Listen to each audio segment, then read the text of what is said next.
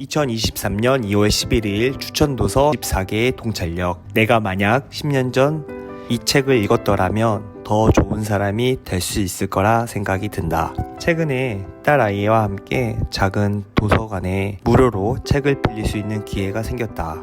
책을 고를 때 빠르게 고르는 편이다. 분야는 깨달음이 있는 책이면 주로 보곤 한다. 그러던 찰나에 철학 관련 도서 중에 눈에 띄는 책이 있었는데 바로 이 책이었다. 책 제목 위에는 위기를 기회로 바꾸는 주역의 지혜 한 줄의 문구를 보고 나는 무언가 홀린 듯 책을 읽게 되었다. 이 책을 읽으면서 삶의 나침반을 찾은 것 같다는 생각이 들었다. 그리고 재밌게 보던 지능의 역설을 책을 잠시 멈춰두고 이 책을 읽게 되었다. 삶의 지혜를 배우고 세상의 이치를 담겨있는 책이라 볼 수 있다. 이 책은 하늘, 땅, 물 등을 비교하며 세상의 이치를 알려주는 도서였다. 이 책은 정말이지 나에게 기감이 되었다. 세상은 하늘이 있고 땅이 있고 위에서 아래로 물이 흐르듯이 뭐든지 세상에는 옳고 그름이 있다. 바로 그것이 이치이다. 세상의 이치를 모른다면 세상 살아가기가 힘들 것이고 세상의 이치를 모른다면 세상을 살아가기가 힘들 것이고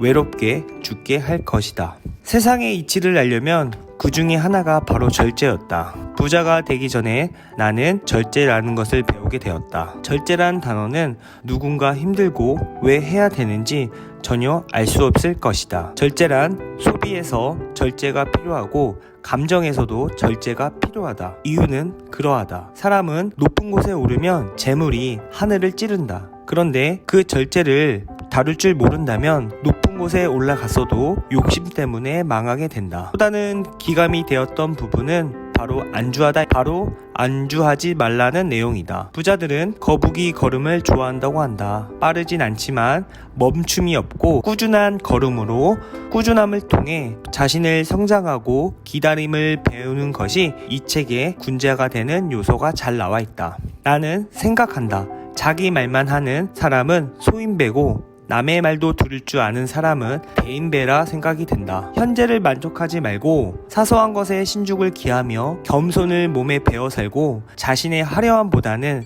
사람을 이끄는 힘이 바로 지혜가 이 책에 잘 나와 있다. 사람들은 살다 보면 어떻게 살아가야 될지 모를 때가 많다. 특히 나 같은 경우는 아내랑 이혼할 당시 친정에 찾아가 소리를 지르고 경찰을 출동한 사건이 있었다. 당시 감정을 버리지 못하고 소인배 같은 행동으로 지금도 아직도 부끄럽게 생각이 든다. 또한 어렸을 때부터 아끼는 버릇을 잊고 살아 결혼 후에는 경동망동하게 소비한 것이 나에게 큰 시련이었다. 남과 비교하며 살아왔고 그것이 나를 비참하게 만드는 것이라는 것을 나중에 알게 되었다. 사람은 항상 누구보다 못나고 돈을 못 벌고 대단하지 않을 수도 있다. 그것이 느리다고 생각하는 것은 정말 잘못됨이라는 것이 이 책에 말해주고 있다. 친구들 중에는 아파트도 갖고 있는 친구도 있고 좋은 차를 갖고 있는 친구들도 많다. 그러한 친구들을 부러워하며 어떻게 살아야 되지 하며 한탄할 필요가 없다. 정말 후회스러운 짓이다. 만약 본인이 이러한 생각을 갖고 있는 거라면 당장 쓰레기통에 버려라. 성공은 기다림이고 기다림은 노력이다. 솔직히 말하면 이 책에서는 SNS처럼 나오는 여자의 엉덩이나 재미있거나 여자의 가슴처럼 도파민이 분비되는